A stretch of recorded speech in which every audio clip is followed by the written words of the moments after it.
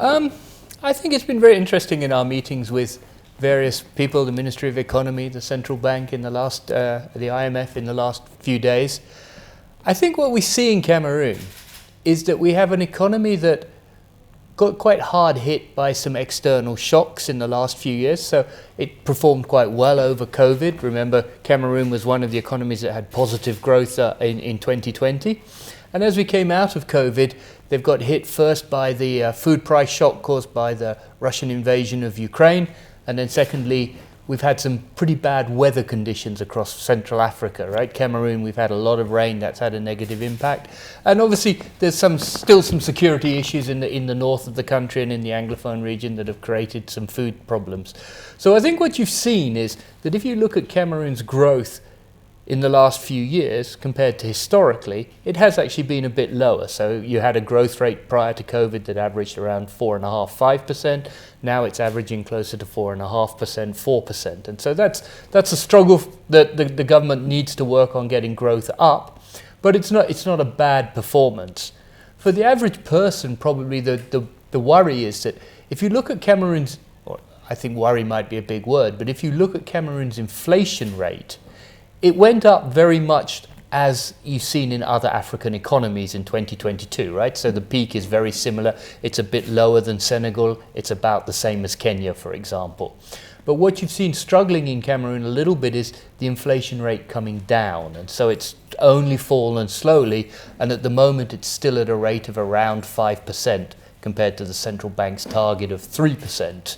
And so that still is a problem. And remember, we still have a little bit that the fuel price rises that the government has implemented still have to feed into the inflation rate fully over the coming months.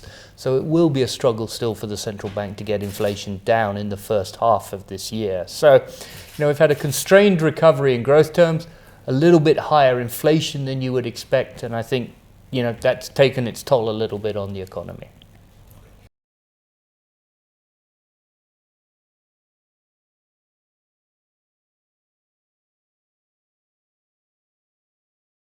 Yes, I mean, one of the funny things about Cameroon at the moment is that actually if you looked at its Eurobond yield compared to other African countries, it's actually the highest yielding sovereign. So that means that people are attaching risk to it.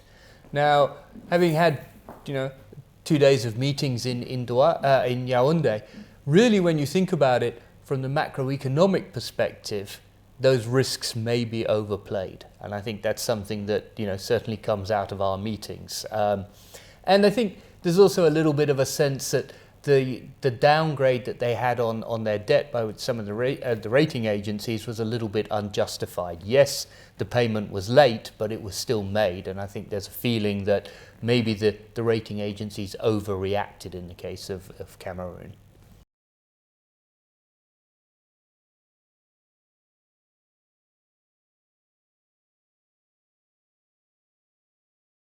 So I think you have to understand that Cameroon's debt situation is actually quite curious, right, in the African context. So if you just look at it as a stock, you would say, look, this is a country with a debt to GDP ratio of a little bit over 40%. Now that's really quite low, right? Remember, by the time that Ghana and Zambia defaulted, their debt to GDP ratio was over 100%, right? So you're well under half of that. Where you have a little bit of a problem in Cameroon is that the debt service it's a flow problem. So if you look at the debt service to exports or the debt service to government revenue, then those are still quite high numbers. But what it also shows you a little bit is that the government, because those are quite high numbers, the government sometimes is struggling when it's raising revenue to service debt. So it's not that it doesn't have the money, but it has periods where it's short, and that can lead to payment delays. And so then what it boils down to is a question of how you interpret those delays. Now normally, and this was very interesting, we had a discussion with the IMF this morning about it, normally you give a country 30 days grace. So it should have paid on day one, but you give it 30 days. And it seems that some of the rating agencies have a shorter period, right? So you can say, well, okay, that's their rules, but if you'd stuck to that general rule of you have to pay within 30 days, then there wouldn't have been a justification for the downgrade.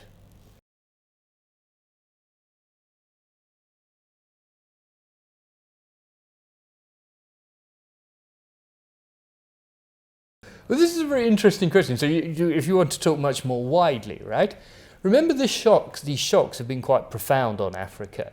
What I remind people is, look, I know when you sit in CMAC here and you think, oh, well, we haven't seen much movement in the exchange rate. But remember, to your northern neighbor, Nigeria, there's been a huge exchange rate adjustment, right? The Naira's moved from 464 to the dollar to around 1600 to the dollar, right? That is a massive devaluation of the Naira, okay?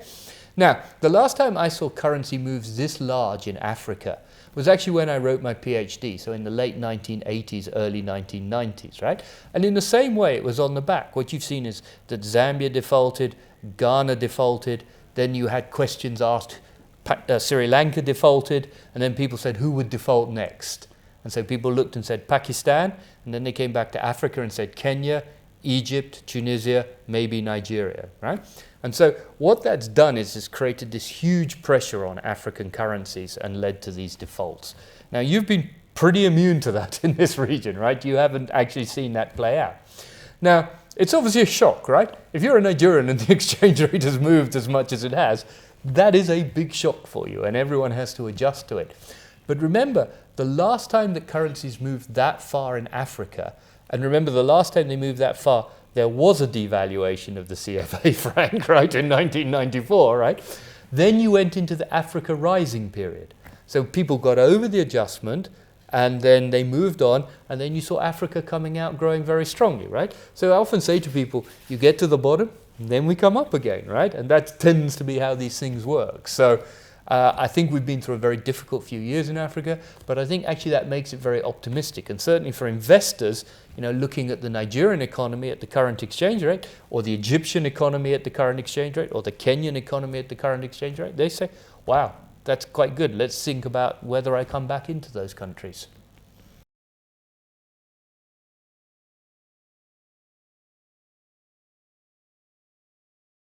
Citibank, will be active as it is in Cameroon.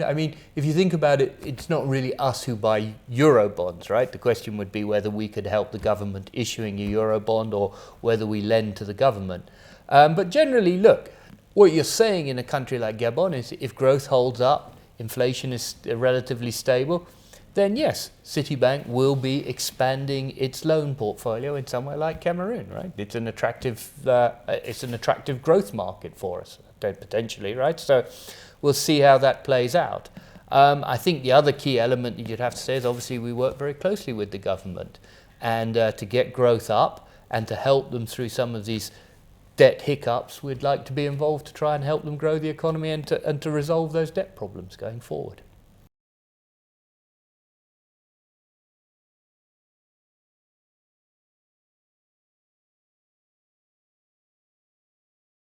So I would say to you, success is a strange word, okay? So you should be careful about using the word success. What we've seen is that since 2021, or after COVID, African governments were essentially excluded from the Eurobond market. So it's not that they can't issue, but the cost of borrowing is very high, okay? So when you look at that, what you'd say is in 2021, no one issued. In 2022, no one issued.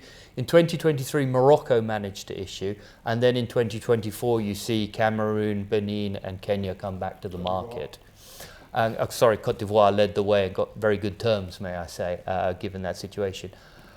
I don't think yet that some of the issues are fully resolved, which would allow every African sovereign to come back to the market. Maybe Nigeria will come.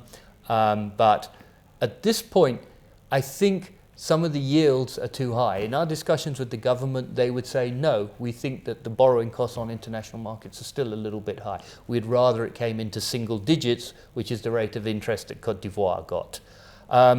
Will they be able to achieve that? It's not impossible. They keep on the IMF program. They keep having successful economic numbers coming out. Remember that some of this is also beyond the control of the government. For example, that if the US Federal Reserve and the ECB, for example, were to cut interest rates in the second half of the year, then you would probably see more people interested in a country like Cameroon's debt, and interest rates would come down, right? So there's a twin process playing out. You want Cameroon's numbers to improve and you want the global environment to approve, which could, potentially give them a situation where they may consider issuing. At the moment, I would volunteer to you that their main focus is attracting multilateral and bilateral financing. If you look on the IMF program, at the moment, there's no line that would indicate that they are coming back to the market. They are fully funded in terms of their borrowing requirements from multilateral donors. And then the second element is that they would borrow on the domestic market, right, or the regional market, where they think they can get lower rates at the moment than borrowing externally.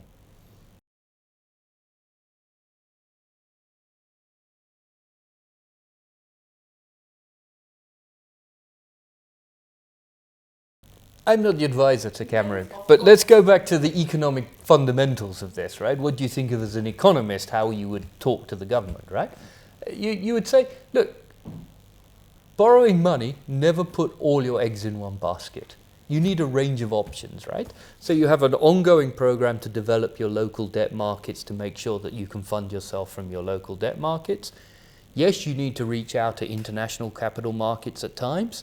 You also would say, look, borrow money from your multilateral partners, from the World Bank, from the AFDB, as well as your bilateral partners, right? There's some projects that will be very suitable for the Chinese to fund, some very suitable for the French to fund, some very suitable for the US to fund, right?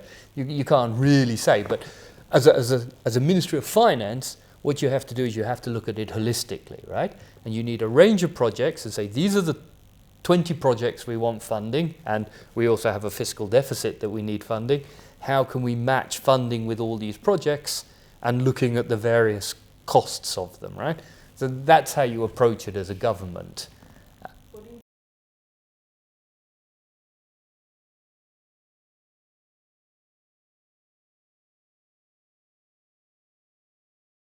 Well, may I say from the start, Citi isn't leaving Africa, so we're here to still to stay. Look, it's an interesting question. What I would say to you is think about it the other way, okay? Think about it that there is a structural change happening in the African banking industry, and each bank has to make its decision how to respond to that. Now, what's that structural change?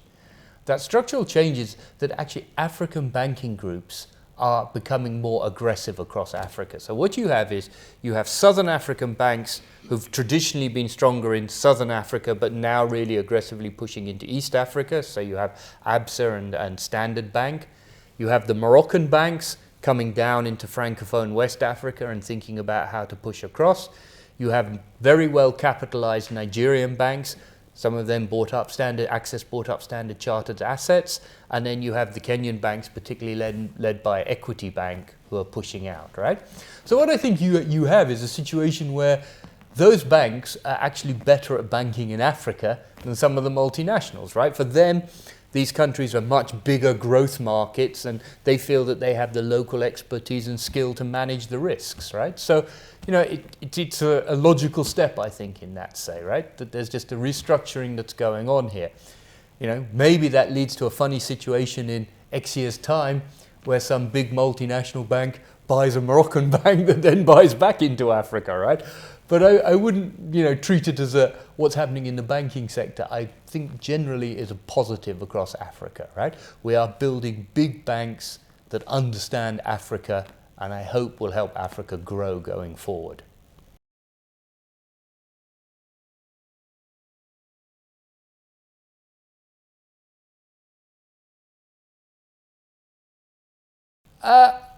In Cameroon's case, probably not, right?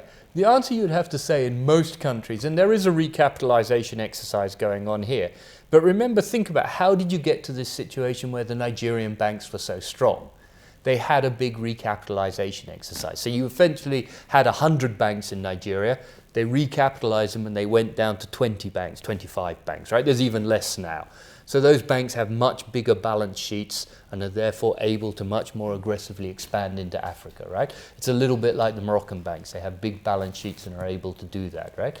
So, all countries like Cameroon, Gabon, Chad, right, are going to have to make decisions, right? In the end, you are not going to have as many banks. You probably also have to see a shrinking of your number of the banks, but then you'll have Moroccan or, well, you see Moroccan banks here already, right? Then you'll have other banks around too.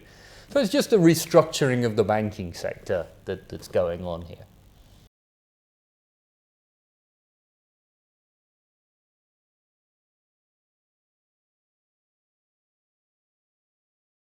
I think you need to think about Citi. Well, there are two things we're very strong at, right? We have a multinational. We have a Pan-African network. We have a European, a US, and an Asian network, right? So where we're very strong is banking multinationals who are moving money around the globe and are our bread and butter clients, right? I think the other area where we're particularly strong is we have good access to international capital markets, so we're perfectly capable of advising the government if it wishes to issue debt. And then we're very good just at, I think, generally payment systems. We have what is called Trade and Treasury Solutions. It's a very strong franchise, and it helps companies move money around Africa and governments move money around Africa, right? So those are our three strong niches I would volunteer to you.